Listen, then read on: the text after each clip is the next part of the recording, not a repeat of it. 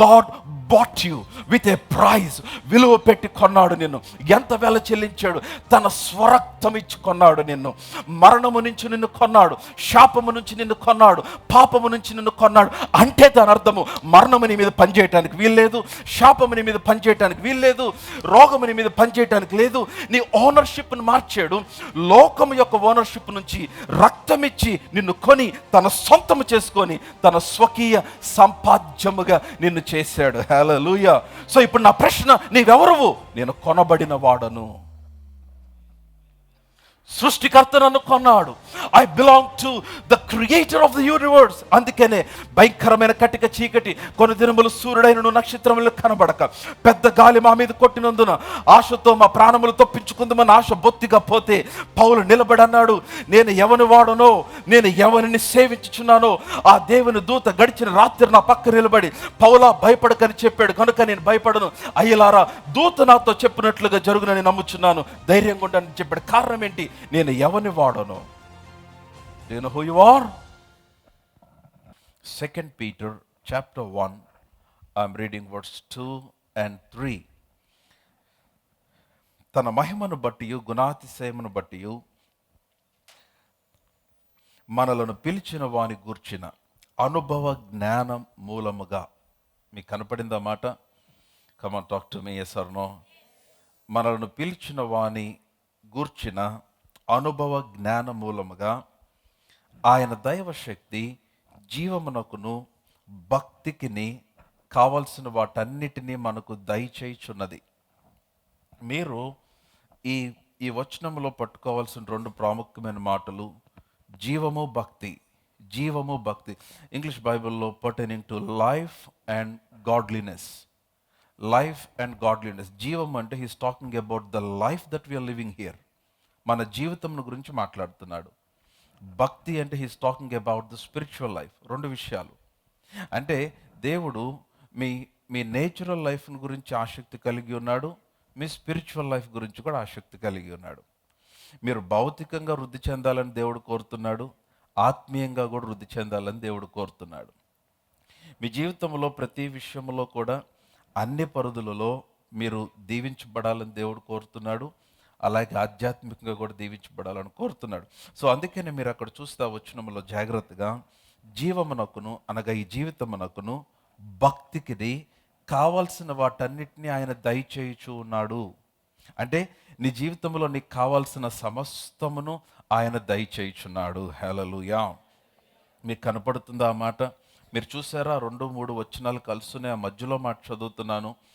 జీవమునకును భక్తికిని, not just for భక్తి. దేవుడు కేవలం నీ భక్తి జీవితం పట్లే ఆసక్తి కలిగిన వాడు కాదు, నీ వ్యక్తిగత జీవితం పట్ల కూడా ఆయన ఆసక్తి కలిగిన వాడు. నీ జీవితమునకు కావలసిన సమస్తమును దయచేయవాడు, నీ భక్తికి కావలసిన సమస్తమును కూడా దయచేయవాడు. హల్లెలూయా. ఎలావుడు హల్లెలూయా. అయితే ఈ రెండింటి కొరకు కావాల్సినవి దయచేసేది ఏంటంటే ఆయన శక్తి. Now it is the power of God that delivers or gives the things that you need for life and godliness. దేవుని శక్తి ఏమి చేస్తుందంటే నీ జీవితమునకు కావలసినవి నీకు అనుగ్రహిస్తుంది. దేవుని శక్తి ఏమి చేస్తుందంటే నీ భక్తికి కావాల్సినవి నీకు అనుగ్రహిస్తుంది. మనం ఎక్కడి నుంచి పొందుకుంటాం మన జీవితానికి? మన శరీర సంబంధమైన ప్రయాసలు, శరీర సంబంధమైన అచీవ్మెంట్స్ అన్నీ కూడా కొంతమేరకే మనల్ని తీసుకొని వెళ్ళగలవు, కానీ అవి మన జీవితానికి సంపూర్ణ పరిష్కారం కాదు. అయితే దేవుని శక్తి ఏమి చేస్తుందంటే మీ జీవితమునకు, మీ కెరియర్కి, మీ ఫైనాన్సెస్, మీ బిజినెస్, మీ ఫ్యామిలీ, మీ marriage, your children, everything, all kinds of things, మీ జీవితంలో అన్ని విషయాలకు కావాల్సినవి మీకు అనుగ్రహించడమే కాదు, మీ భక్తికి కావాల్సినవి కూడా దేవుని శక్తి అనుగ్రహిస్తుంది. సో కాబట్టి మనకేమి కావాలంటే జ్ఞానము కావాలి. ఏం జ్ఞానము కావాలి? దేవుని గురించిన జ్ఞానము. To know who God is. విశ్వాసులను అడిగితే దేవుడు ఎవరంటే చాలా పెద్ద పెద్ద మాటలు మాట్లాడతారు, కానీ సింపుల్ విషయాలు చెప్పరు. ఆయన అపరంజి వంటి పాదములు కలిగిన వాడు, ఆయన స్వరము జల ప్రవాహము వంటిది, ఆయన కనులు అగ్నిజ్వాలలు వంటివి, ఆయన తల ఉనిని పోలి ఉన్నది. చాలా పెద్ద పెద్ద చెప్తారు, వాటికి అర్థం ఏంటో కూడా తెలియదు చాలామందికి. కానీ దేవుని గురించి everything that is of Christ is simple. క్రీస్తుకు సంబంధించినవి ఏవైనా కానీ చాలా సింపుల్. యేసుప్రభు అన్నాడు, నా యొద్దకు వచ్చి నా కాడిని మీ మీద ఎత్తుకొని వెళ్ళండి, ఎందుకనంటే నా కాడి సులువు, నా భారము తేలిక అని చెప్పాడు. Now the commandments of God are not really to put weight on you. దేవుని ఆజ్ఞలు మనకు భారమును కలిగించేవి కావు. దేవుని ఆజ్ఞలు యాక్చువల్గా దే ఆర్ మోర్ లిబరేటింగ్, మనకు మరింత విడుదలను కలిగించేవి అవి. హల్లెలూయా. నా మాటలు అర్థమవుతున్నాయా? సో కాబట్టి చాలామంది సింపుల్ విషయాలు చెప్పరు. ఆయన మంచివాడు. దేవుడు ఎవరు? ఆయన మంచివాడు. దేవుడు ఎవరు? నా కొరకు మరణించినవాడు. దేవుడెవరు? నన్ను ప్రేమించువాడు. దేవుడెవరు? ఆయన నా తండ్రి. దేవుడెవరు? నా క్షేమమును కోరుకున్నవాడు. దేవుడెవరు? ఆయన నన్ను విమోచించినవాడు, నన్ను నీతిమంతునిగా చేసినవాడు. Now these are the things that you know about God. నేను దేవుడు మంచివాడనే నమ్ముతా. నేను దేవుడు మంచివాడనే నమ్ముతా. మీ దేవుడి సంగతి నాకు తెలియదు. నేను ప్రభు అయిన యేసు క్రీస్తునందు విశ్వాసం ఉంచుతున్నాను. మీరు కూడా అదే దేవుని యందు విశ్వాసం ఉంచుతున్నారని నమ్ముతున్నాను. Come on, hallelujah. We both believe in the same God, the Lord Jesus Christ. So I believe Jesus is a good God. యేసు మంచి దేవుడని నేను నమ్ముతున్నాను. కమ్ ఆన్, హల్లెలూయా. ఈ లోకంలో జరుగుతున్న ఏ విపత్తుకు ఆయన కారణము కాదు, ఏ నష్టమునకు ఆయన కారణము కాదు. చాలామందికి నచ్చకపోవచ్చు. ఆయన నాశనమును చేయు దేవుడు కాదు, ఆయన పాడు చేయు దేవుడు కాదు. ఆయన ఆయన ఆయన నాశనమును కలుగు చేయడు. ఎందుకని? ఆయన జీవమునివ్వటానికి, సమృద్ధిగా కలుగు చేయటానికి ఇచ్చాడు. ప్రతి నాశనము, ప్రతి విధమైన కీడు అది అపవాది వలన కలిగేదే కానీ అది దేవుడు చేసేది కానే కాదు. ఈ సత్యం మీ హృదయంలో స్థిరపడితే మీ జీవితంలో ఎదుర్కొనే ఏ పరిస్థితినైనా చాలా శక్తివంతంగా మీరు ఎదుర్కొనగలుగుతారు. ఎందుకంటే మీరు మీ జీవితంలో జరిగిన నష్టానికి దేవుడే కారణమని మీరు తలస్తే ఆ పరిస్థితిలోంచి మిమ్మల్ని ఇంకెవరు బయటికి తీసుకొని రాలేరు. ఆ పరిస్థితిలోంచి బయటికి రావడానికి అవకాశమే ఉండదు. అందుకని యూ షుడ్ స్ట్రాంగ్లీ బిలీవ్. అందుకనే మీరు ఒక విషయాన్ని గమనించాలి. కొన్ని ప్రతికూల పరిస్థితులు మీ జీవితంలో జరిగినప్పుడు ఎందుకు జరిగింది, ఎందుకు జరిగింది, ఎందుకు జరిగింది, ఎందుకు జరిగింది అని జరిగిన దాని గురించి తెలుసుకొనుట కంటే, ఆ పరిస్థితిని గురించి తెలుసుకొనుట కంటే మీరు క్రీస్తును తెలుసుకొనగలిగితే, ఆ పరిస్థితిలో దేవుని తెలుసుకొనగలిగితే ఆ పరిస్థితిని మీరు అధిగమించి బయటికి రాగలుగుతారు. Hallelujah. It's not about knowing about the situation. It's not about trying to get an answer in that situation. It's about knowing God in that situation. కొన్నిసార్లు మీ పొరపాటు వల్ల ఏదైనా జరుగుండొచ్చు. కొన్నిసార్లు మన అజ్ఞానం వల్ల ఏదైనా జరుగుండొచ్చు. కొన్నిసార్లు అపవాదే ఏమైనా చేస్తుండొచ్చు. చాలాసార్లు ఇది ఎందుకు చేసావు, ఇది ఎందుకు చేసావు, ఇది ఎందుకు చేసావు అని దేవుని ప్రశ్నిస్తాం. కొన్నిసార్లు కొంతమందికి దేవుడు దానికి సమాధానం ఇస్తాడు. కొంతమంది సమాధానం దొరకక దేవునికి దూరమైన వాళ్ళు ఉన్నారు, దేవుని మందిరానికి దూరమైన వాళ్ళు ఉన్నారు, దేవుని మీద మనసు కష్టాన్ని పెంచుకున్న వాళ్ళు ఉన్నారు. నిజమైన విశ్వాసి చేయాల్సిన పని ఏంటో తెలుసా? నీవు ఆ పరిస్థితిని కాదు తెలుసుకోవాల్సింది, ఆ పరిస్థితిలో దేవునిని తెలుసుకో. ఎందుకంటే ఆయన మారనివాడు. నీ పరిస్థితులు మారుతాయి.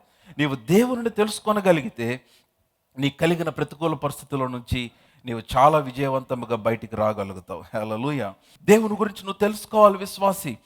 సిలువ దగ్గర ఆగిపోయావు నీవు, ఆయన గాయముల దగ్గర ఆగిపోయావు నీవు, ఆయన రక్షణ దగ్గర ఆగిపోయావు. ఇంకా రక్షణలో అనేకమైన విషయాలు ఉన్నాయి, నీవు తెలుసుకోవాల్సినవి ఉన్నాయి. Know who your God is. నీవు ఆయనను తెలుసుకోగలిగితే, ఆయన ఎవరో నువ్వు తెలుసుకోగలిగితే, వాక్యానుసారముగా నూతన నిబంధనలో క్రీస్తు నీకు, అందుకనే యేసు ప్రభు వారు వచ్చినప్పుడు ఆయన ఒకటే పేరును ప్రత్యక్షపరిచాడు. ఏమనంటే తండ్రి అన్న పేరును మాత్రమే పరిచయం చేశాడు. హల్లెలూయా. దేవుని తండ్రిగా పరిచయం చేశాడు. అందుకనే వారికి ప్రార్థించడం నేర్పించమన్నప్పుడు ఏమని నేర్పించాడు? పరలోకమందున్న మా యొక్క తండ్రి అని నేర్పించాడు. Our father the what in heaven which art in heaven. అంతే. అందుకని యేసుప్రభు అన్నాడు, తండ్రి ఇదిగో నీ నామమును నీ ప్రజలకు తెలియచేశాను. ఏంటి ఆ నామము? తండ్రి అనే నామము. So you should know who your God is. నీ దేవుడు ఎవరో నీకు తెలిస్తే నీ జీవితంలో ఆ పరిస్థితి అన్నిటిలో నుంచి, అది ఏ పరిస్థితి అయినా చాలా శక్తివంతముగా, విజయవంతముగా నువ్వు బయటకు వచ్చేయగలుగుతావు. హల్లెలూయా. నా మాట్లాడదామైతే హల్లెలూయా. అండ్ నెంబర్ 2, రెండవది, you should know who you are. మీరెవరో మీకు తెలియాలి. కొంతమందిని కలిసి మీరెవరంటే వారు కులం చెప్తారు, మీరెవరంటే వారు గోత్రం చెప్తారు, మీరెవరంటే వారి ఇంటి పేరు చెప్తారు. కొంతమందిని మీరెవరంటే వారు వృత్తి చెప్తారు. కొంతమందిని కలిసి మీరెవరు అంటే వారి ఇంటి పేరు చెప్తారు. కొంతమందిని కలిసి మీరెవరు అంటే అసలు ఏమీ చెప్పరు, వారికి తెలియదు. మీ వృత్తి, మీ కులము, మీ కమ్యూనిటీ, మీ ఇంటి పేరు అది నీవు కాదు. You are something different. Know who you are. ఈ మీరెవరో తెలుసుకొనుడి అన్న దాంట్లో I want to talk about 3 things. 3 విషయాలు చెప్తాను. Number 1, know who you are అంటే నో యువర్ ఐడెంటిటీ. నీ గుర్తింపు ఏంటో తెలుసుకో, నీవెవరో తెలుసుకో. Number 2, know what you have. నీవు కలిగి ఉన్నది ఏంటో తెలుసుకో. నో వాట్ యు హ్యావ్, నీవు కలిగినది తెలుసుకో. Number 3, no what you can do. నువ్వు ఏమి చేయగలవో తెలుసుకో. మొదటిది నీవెవరో తెలుసుకోవాలి. రెండవది నీవు ఏమి కలిగి ఉన్నావో తెలుసుకోవాలి. మూడవది నీవు ఏమి చేయగలవో తెలుసుకోవాలి. ఎట్లా తెలుసుకోవాలి పాస్టర్ గారు? కొరింథీయులకు రాసిన మొదటి పత్రిక 5వ అధ్యాయము, కొరింథీయులకు రాసిన మొదటి పత్రిక 5వ అధ్యాయం 17వ వచనం. 1 Corinthians chapter 5 verse 17. Very familiar scripture, అందరికీ బాగా తెలిసిన వచనమే. మీరు జాగ్రత్తగా బైబిల్ చూడండి. 2 Corinthians 5:17. 2 Corinthians 5:17 చదవమ్మ. కాగా ఎవడైనను క్రీస్తు యేసునందు ఉన్న ఎడల వాడు నూతన సృష్టి. వాడు నూతన సృష్టి. అందరు చెప్పండి, నూతన సృష్టి. బిగ్గరగా చెప్దాం, నూతన సృష్టి. దీన్నే ఇంగ్లీష్లో న్యూ క్రియేషన్. ఇక్కడ న్యూ క్రియేషన్ అన్న మాట దగ్గర ఒక ట్రాన్స్లేషన్లో న్యూ క్రీచర్ అన్న మాట రాయబడింది. మరొక ట్రాన్స్లేషన్లో న్యూ స్పీషీస్ అన్న మాట రాయబడింది. అంటే న్యూ అంటే చూడండి, దీనికి పెద్ద రాకెట్ సైంటిస్ట్ అవ్వాల్సిన అవసరంలా. న్యూ అంటే అర్థం ఏంటంటే అటువంటిది మునుపు లేదు అని అర్థం. నూతనమైనది అంటే something that did not exist before, మునుపు లేనిది. దేవుడు నిన్ను ఎలా చేశాడంటే నీ ఉన్న పరిస్థితుల్లో నుండి తీసేశాడు. చూడండి, ఎవడైనా క్రీస్తు యేసునందు ఉన్న ఎడలా అంటే దాని అర్థము రక్షించబడటం గురించి. ఇక్కడ రక్షించబడిన వారు ఎంతమంది ఉన్నారు? క్రీస్తుని అంగీకరించిన వారు. కమాన్, ఎలౌడ్, హల్లెలూయా. మనం రక్షించబడ్డాం, బాప్తిసం తీసుకున్నాం, ప్రభు రక్తంలో కడుగబడ్డాం. కాబట్టి మిమ్మల్ని బైబిల్ ఏం చెప్తుందంటే మీరు క్రీస్తునందున్నవారు అని చెప్తుంది. హల్లెలూయా. నా మాటలు అర్థమవుతున్నాయా? మనం క్రీస్తునందు ఉన్నవారు. సో ఎవడైనా క్రీస్తు యేసునందు ఉన్న ఎడల వాడు నూతన సృష్టి. Now he is a new species altogether. అంటే బాగా వినాలి, ఇటువంటిది ఇంతకు ముందు లేదు. You are a new being, you are a new creation, you are something new that did not exist before. మీరు తెలుసుకోవాలి, who am I? I am a new creation. నేను క్రీస్తునందు నూతన సృష్టినై ఉన్నాను. ఇది చాలా బలమైన మాట, మీరు అర్థం చేసుకోవాలి. చాలా సింపుల్గా తీసేస్తాం ఈ మాట. అంటే అర్థం ఏంటంటే చూడండి, మనము క్రీస్తునందు నూతన సృష్టి అంటే అర్థం ఏంటంటే మనము క్రీస్తు ద్వారా జన్మించబడిన వ్యక్తులు. బాగా వినాలి, ప్రతి చెట్టుకు దాని వేరు భూమిలో ఉంటుంది. సో ప్రతి దానికి దాని మూలము ఏదో ఒక చోట ఉంటుంది. So for every tree the route is in the earth. అట్లాగా మన మూలాలు ఈ భూమిలో ఉన్నాయి. ఎందుకంటే మానవులముగా జన్మించాం. ఆదాము తర్వాత మానవ జాతిగా వచ్చిన సంతతి మనం. సో మన మూలాలు ఈ భూమిలో ఉన్నాయి. కాబట్టి దేవుడు ఏం చేశాడంటే ఈ భూమిలో ఉన్న మన మూలాలను ఆయన బాగు చేయటానికి ఆయన మనలను దీని నుంచి సపరేట్ చేసి మనలను ఆత్మ సంబంధమైన పరిధిలో నుంచి మరి నూతనముగా జన్మింప చేశాడు ఆయన. Hallelujah. That's called new birth experience. ఎంతమంది ఇక్కడ తిరిగి జన్మించారు? కొంచెం ఆమెన్ చెప్తే బాగుంటుందేమో. హల్లెలూయా. సో కనుక మనం తిరిగి జన్మించాం. See, you should be excited about your salvation.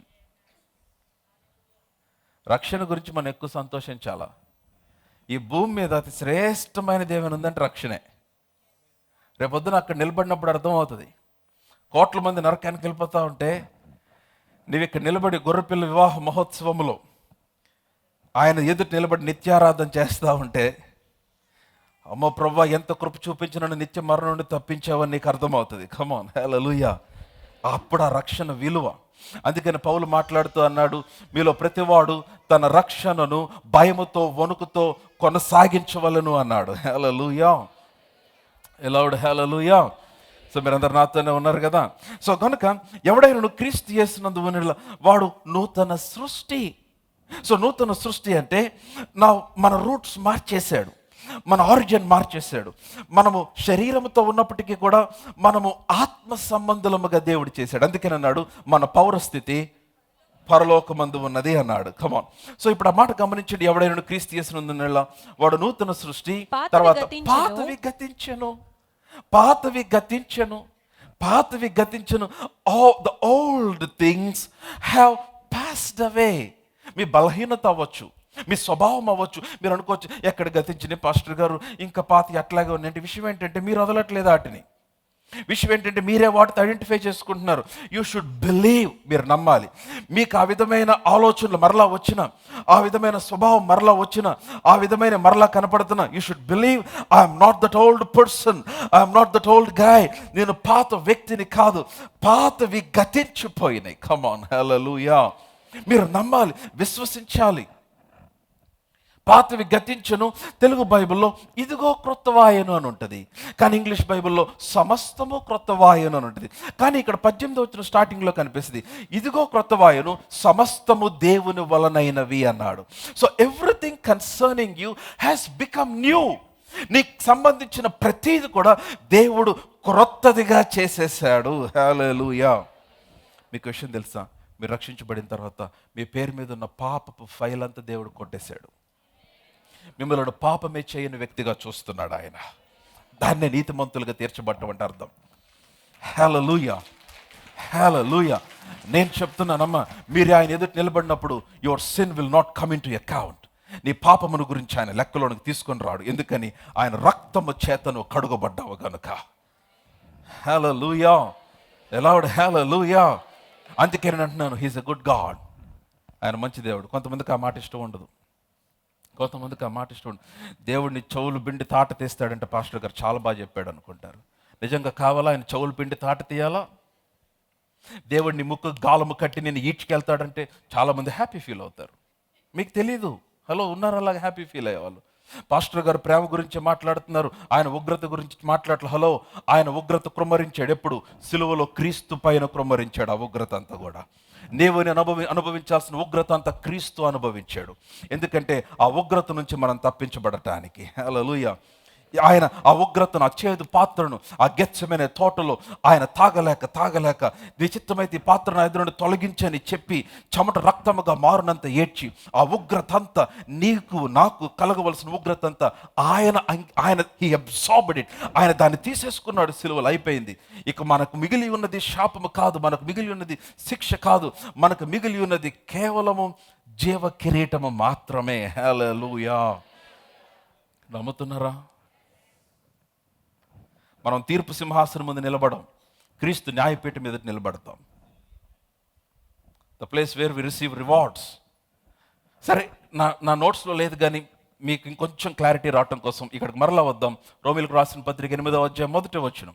రోమీలకు రాసిన పత్రిక 8వ అధ్యాయం. Famous scripture, beautiful scripture, powerful scripture. మీరు అండర్లైన్ చేసుకోవాల్సిన స్క్రిప్చర్, మీ హృదయంలో స్థిరపరచుకోవాల్సిన స్క్రిప్చర్. చాలా సింపుల్ది. కాబట్టి ఇప్పుడు క్రీస్తు యేసునందున్న వారికి ఏ శిక్షా విధియు లేదు. మీరు అందరు చదివితే బాగుంటుంది మాట. 1 2 3 గో. కాబట్టి ఇప్పుడు క్రీస్తు యేసునందున్న వారికి చెప్పాలి, ఏం విధి లేదు. ఏదైనా ఒకటి మినహాయించాడు దాంట్లో? నో, ఏ శిక్షా విధియో లేదు. For therefore now no condemnation for those who are in Christ. ఇక్కడ క్రీస్తునందున్న వాళ్ళు ఎంతమంది? కొంచెం హల్లెలూయా చెప్పండి. రక్షించబడిన మనమందరం క్రీస్తునందు ఉన్నవారం. ఇప్పుడు అమ్మ లేక నాన్న, అరే బయటికి వెళ్ళబాకు, బండ్లు తిరుగుతున్నాయి, రోడ్డు మీద ట్రాఫిక్ ఉంది, బయటికి వెళ్ళబాకు ట్రాఫిక్ ఉందంటే పిల్లోడు ఏం చేస్తాడు? వెళ్ళొద్దన్నందుకైనా. మీరందరూ సేమ్ కేటగిరీ. సరే, వెళ్తారు. ఎవరైనా వెళ్ళినప్పుడు సడన్గా బండి వచ్చి గుద్దింది అనుకోండి, గుద్దిన తర్వాత నన్ను మా అమ్మ గుద్దింది, మా నాన్న గుద్దాడంటే విశ్వాసులు అట్లాగే ఉన్నారు. He gave us some laws, some standards. ఆయన కొన్ని నియమాలు, కొన్ని బార్డర్స్ పెట్టాడు. ఆయన మనం దాటుతాం, వెళ్ళి నెత్తి మీద తెచ్చుకుంటాం, దేవుడు చేశాడంటాం. నీ ఇష్టానుసారంగా తెచ్చుకుంటాం. కొన్నిసార్లు మన అజ్ఞానం. అందుకనే నా జనులు జ్ఞానము లేక నశించుచున్నారు. So now listen to me. కాబట్టి క్రీస్తు యేసునందు వానికి ఏ శిక్ష లేదు. That's not my point now. So ఇప్పుడు కాక ఎవడైనా క్రీస్తు యేసునందు ఉన్న ఎడల వాడు నూతన సృష్టి. ఈ నూతన సృష్టి అంటే this is something that came from Christ. క్రీస్తులో నుంచి కలిగినది, క్రీస్తు వలన జన్మించినది, క్రీస్తు స్వభావమును సంతరించుకున్నది, క్రీస్తు శక్తిని సంతరించుకున్నది, క్రీస్తు యొక్క సామర్థ్యమును సంతరించుకున్నది. క్రీస్తుకు కలగనిది ఏది ఈ నూతన సృష్టికి కూడా కలగటానికి వీల్లేదు. ఎందుకని? ఇది క్రీస్తు వలన కలిగిన నూతన సృష్టి. నేను మీ గురించే మాట్లాడుతున్నాను. హల్లెలూయా. సో కాబట్టి new creation cannot stay sick, new creation cannot be defeated. నీకు అనారోగ్యం రావచ్చు, ఒకవేళ ప్రతికూల పరిస్థితులు రావచ్చు, కానీ నువ్వు నూతన సృష్టివి కనుక వాటన్నిటిని జయించి నువ్వు బయటికి రాగలుగుతావు. నువ్వు వాటన్నిటి మీద నడిచే కృపను పొందుకుంటావు. నీవు నూతన సృష్టివి గనుక నూతన సృష్టికి ఏ కంపెనీలో రిజెక్షన్ ఉండదు, నూతన సృష్టికి ఎక్కడా కూడా ఓటమి ఉండదు. నూతన సృష్టి హీఈస్ ఎన్ ఇన్విన్సిబుల్. అతడు ఓటమి లేని, అన్బీటబుల్, అన్స్టాపబుల్. ఎందుకని? Because of Christ. క్రీస్తుని బట్టి. నేను ఎందుకంటున్నాను? Know who you are.